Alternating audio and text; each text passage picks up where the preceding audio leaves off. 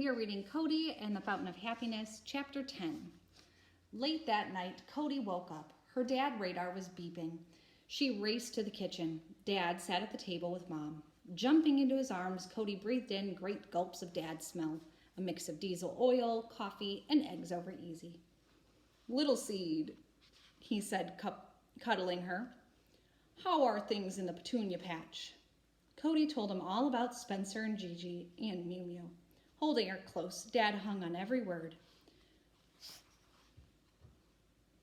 Remember, her dad is a truck driver, so he's been away.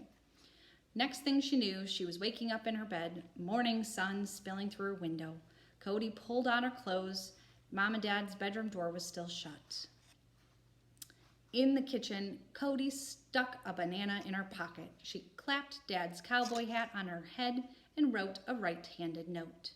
Went to Gigi. Home soon with surprise guests. Wow, her right-handed writing was getting quite excellent. Spencer waited on the porch with Mew Mew. He wore a pair of enormous sunglasses. He looked ready to brave an attack of mutant aliens armed with deadly lasers. "I want to make sure I don't get accidentally hypnotized," he explained. For some reason, this made Cody slightly nervous. She peeled her banana and ate it extra slowly. Her mouth got that dried up after banana peel. "Let's go in the backyard," she said. "It's too distracting out here. Mew Mew and I need to concentrate." "All right." In the back, Cody gazed down into the amazing hole. She tugged on the brim of Dad's hat. She scratched a mosquito bite on her ankle. She plucked a blade of wet grass off of her big toe.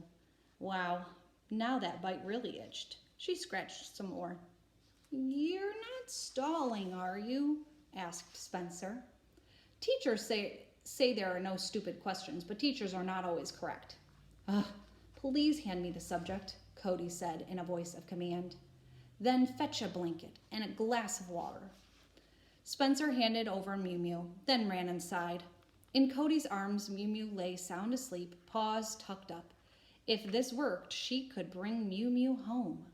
Cody couldn't bring her inside since Wyatt was allergic, but she could make a cozy cat bed under the tree and feed Mew Mew tender morsels from her own plate.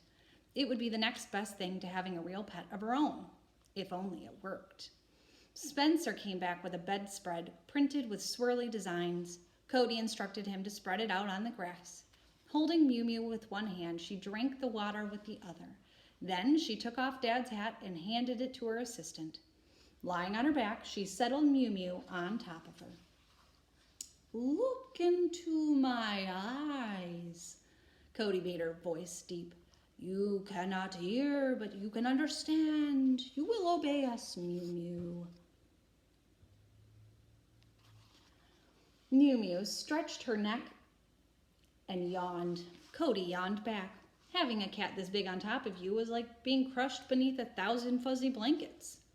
"You are growing sleepy." Mew Mew gazed at Cody. Cody gazed back at Mew Mew. Mew Mew's eyelids drooped. Cody's eyelids drooped back.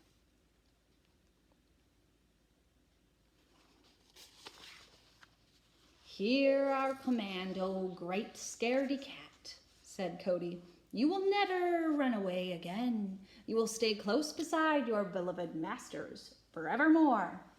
Cody crooked a finger at Spencer. "Touch her ears," she whispered, "to make sure she receives the signal command." Spencer touched a gray ear and then jerked his hand back. "Did you feel something?" Cody asked. "A tingle? A small shock?" Spencer nodded. "Mew Mew, you may awake," commanded Cody. Or you may continue to sleep." Cody slid the cat onto the bedspread and sat up.